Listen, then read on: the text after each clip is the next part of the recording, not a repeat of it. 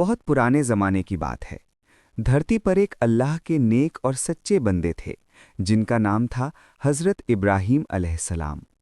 अल्लाह ने उन्हें अपना ख़ास दोस्त बनाया, इसलिए उन्हें खलीलुल्लाह भी कहा जाता है।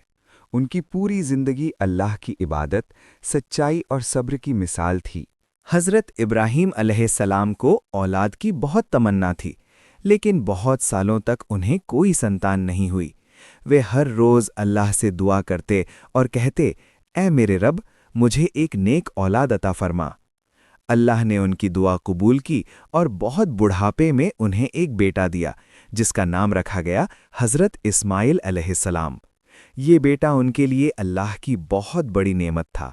हज़रत इब्राहीम और उनकी पत्नी हज़रत हाजरा अपने बेटे से बहुत मोहब्बत करते थे। एक दिन अल्लाह के हुक्म से हज़रत इब्राहीम अलैहिस्सलाम को सपना आया।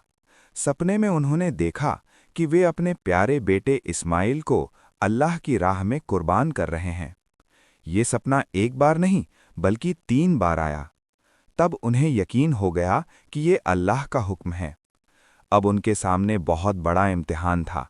जिस बेटे के लिए उन्होंने सालों दुआ की, उसी बेटे की कुर्बानी का हुक्म मिला था। एक तरफ बेटे की मोहब्बत थी और दूसरी तरफ अल्लाह का हुक्म।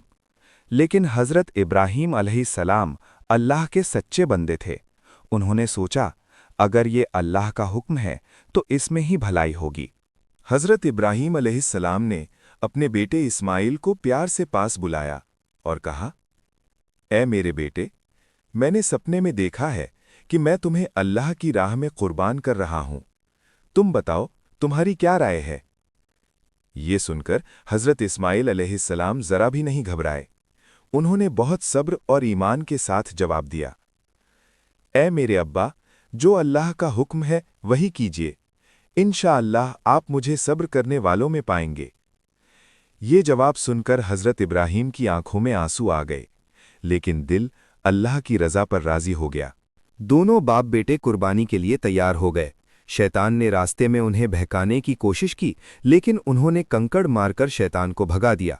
यही वजह है कि आज हज में रमी यानी कि कंकड़ मारना की जाती है।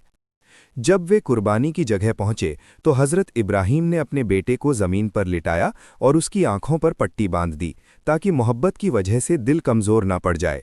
उन्होंने अल्लाह का नाम लिया और छुरी चला दी। लेकिन ये क्या? छुरी चल ही नहीं रही थी। कई बार कोशिश की, मगर छुरी इस्माइल को काट नहीं रही थी। तभी आसमान से आवाज़ आई, ए इब्राहीम, तुमने अपना सपना सच कर दिखाया। यह सिर्फ तुम्हारा इम्तिहान था। अल्लाह ने हज़रत इस्माइल की जगह जन्नत से एक दुम्बा भेज दिया। उस दुम्बे की कुर्बानी हो गई और हज़रत इस्माइल अलैहिस्सलाम सलामत रहे। अल्लाह ने ये साबित कर दिया कि उसे खून नहीं बल्कि नीयत और फर्माबरदारी पसंद है। इस महान घटना की याद में अल्लाह ने उम्मते मुहम्मदिया को ईद उल अज़हा पर कुर्बानी करने का हुक्म दिया।